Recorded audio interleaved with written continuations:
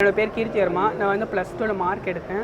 471 mark எடுத்தேன். அது வந்து நான் வந்து என்னோடய கோரிக்கையை வந்து முதலமைச்சர் ஐயாக்கிட்ட சொன்னேன். என்னென்னா எனக்கு மாற்று அறுவை சிகிச்சை பண்ணித்தாங்கன்னு சொன்னேன்.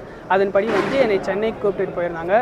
அங்கே வந்து மினிஸ்டர் வந்து மா சுப்பிரமணிய ஐயா வந்து என்னோடய கோரிக்கையை ஏற்று எனக்கு மாற்று அறுவை சிகிச்சை பண்ணித்தரேன்னு சொன்னார். அதன்படி சென்னை ஸ்டான்லி ஹாஸ்பிட்டலில் வந்து எனக்கு ட்ரீட்மெண்ட் பண்ணாங்க. அதில் வந்து என்னோட போன் வந்து கொஞ்சம் சின்னதாக இருக்குது. அதுக்கப்புறம் எனக்கு வந்து இந்த மாதிரி ஆப்ரேஷன் பண்ணால் நீ கொஞ்சம் டேப்லெட் சாப்பிட்ற மாதிரி இருக்கும் தம்பி, நீ இதெல்லாம் கொஞ்சம் ஏற்றுக்கினேன்னா இந்த ஆப்ரேஷன் பண்ணலான்னு சொன்னாங்க. ஆப்ரேஷனில் எந்த பிரச்சனையும் இல்லை, இந்த மாதிரி மாத்திரையில் கொஞ்சம் பிரச்சனை இருக்குதுன்னு சொன்னாங்க. அந்த மாத்திரை வந்து நான் 1 நாள் 2 நாள் சாப்பிடல, வாழ்க்கை ஃபுல்லாக சாப்பிடணும். அதனால நிறைய சைடு எஃபெக்ட் வருது எனக்கு.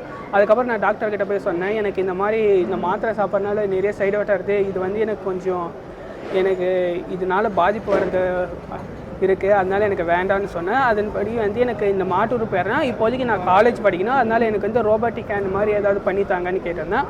அவங்களும் போய் மினிஸ்டர்கிட்ட சொன்னார், இந்த மாதிரி அந்த பையனுக்கு வந்து இந்த ஆப்ரேஷன் கொஞ்சம் வேண்டாம், இந்த ரோபோட்டிக் ஹேண்ட் மாதிரி பண்ணி கொடுங்க, அவர் போய் காலேஜ் படிக்கிறேன்னு.